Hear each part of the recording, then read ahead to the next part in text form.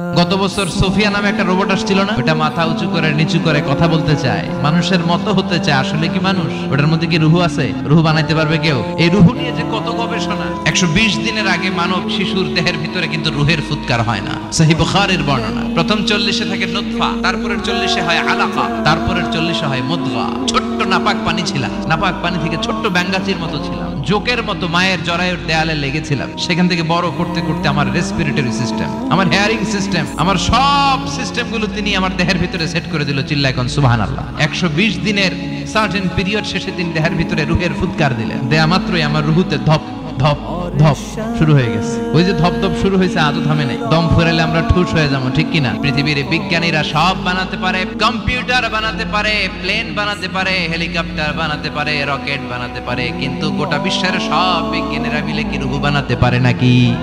কথা বলেন। Allah